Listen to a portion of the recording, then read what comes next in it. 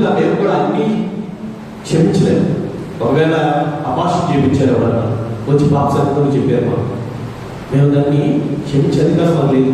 వెంటనే మేము వాళ్ళకి వ్యక్తిగతంగా మీరు వెంటనే బిషప్ గారు కలవండి, వారు మీకు ఆ యొక్క క్షమాపణ ఇస్తారని చెప్తాం. ఒకప్పటిగా ఉండేది. కానీ ఇప్పుడు మన జగద్గురువులు చాలా ఉదార స్వభావంతో అందరికీ మీరందరూ కూడా ఉదార స్వభావంతో ఉండాలి. పాప సంకీర్తనం అనేది చాలా ముఖ్యమైనది. వాళ్ళు ఎటువంటి స్థితిలో వచ్చి ఎటువంటి పాపాన్ని క్షమించమని అడిగిన మీరు వెంటనే క్షమించేది అని చెప్తున్నారు. ఎందుకంటే ఈ పాపం అనేది దేవుని యొక్క అనుగ్రహము మన కలగకుండా, మోక్షవాక్యం మన కలగకుండా చేస్తూ ఉంటుంది. అనగా ఆశ్చర్యకరమైనటువంటి అనుభూతి, తర్వాత అన్నటువంటి స్థితిగతులు, తర్వాత ఏం జరుగుతుంది? ఓకే, పాపాత్ములని అని మనకు తెలుసు. తర్వాత ఏం జరుగుతుంది? పాపాత్మైనప్పుడు ఏం చేయాలి? మనం పాపాన్ని పోగొట్టుకోవాలి. అవునా? మరి దేవుడు ఏ విధంగా మన పాపాలను క్షమించడం చూడండి. యెషయా గ్రంథం 6వ అధ్యాయము 6వ వచనం నుంచి మనం చదివితే, అప్పుడు ఒక దేవదూత నా చెంతకు ఎగిరి వచ్చెను.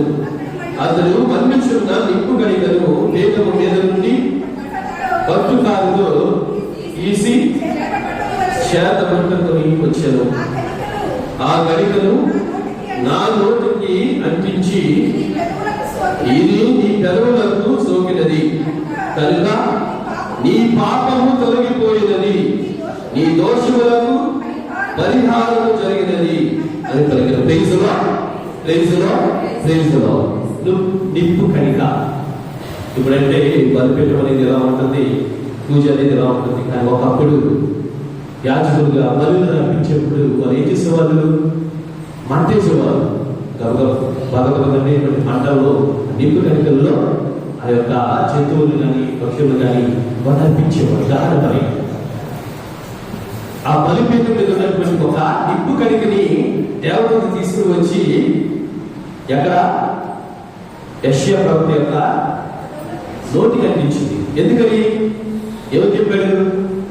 నేను మాట్లాడేటువంటి మాటలు అపవిత్రమైనటువంటి మాటలు, అపవిత్రమైనటువంటి మాటలు మాట్లాడే జనాల్లో నేను ఉన్నాను అంటే ఆ అపవిత్రత అనేది నోటి నుండి వస్తుంది, మాట్లాడే మాట నుండి వస్తుంది.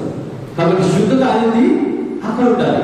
అందుకే దేవదూత అక్కడికి తీసుకుని వెళ్ళి ప్రవక్త నోటికి అంటించగానే ఈ పాపాలు క్షమించబడి ఈ దోషాలు పోయి అని పలికింది. Praise the lord, praise the lord, praise the lord. పౌలు గారు పాపాలు కూడా క్షమించబడ్డారు. క్రీస్తు ప్రభువు ఆ యొక్క దర్శనంలో పాపాలు క్షమించాడు, వెలుగును చూపించాడు, గొప్ప వెలుగు. తర్వాత పేతురు గారికి కూడా ఆ పాప క్షమాపణని సుశేష ప్రకటన ఇస్తూ ఉన్నాడు. మన వాక్యాన్ని చదువుకుంటే 10వ వచనంలో, సీమోనులో ఉన్న జబదయి కుమారుడు యాకోబు యోహానులను అంటే ఆశ్చర్యపడి, అప్పుడు యేసు సీమోనుతో భయపడవద్దు, ఇక నుండి నీవు మనుషులను పట్టువారిగా ఉండు అని పలికాడు. Praise the lord, praise the lord, praise the lord. భయం ఎందుకు వచ్చింది పేతురు గారికి? వాస్తవానికి భయం ఎందుకు రావాలి మనుషులకి? ఎప్పుడైనా తప్పు చేస్తే భయం ఉండాలి. పాపం చేస్తే ప్రతి ఒళ్ళు భయం అనేది ఉండాలి. పాపం చేస్తేనే భయపడాలి. ఇంకా మిగతానికి దేనికి భయపడాలి అవసరం. మనోళ్ళకి రకరకాల భయాలు ఉంటాయి, అవన్నీ కూడా అనవసరం. కానీ ఒకే ఒక భయం ఉండాలి. ఏంటది?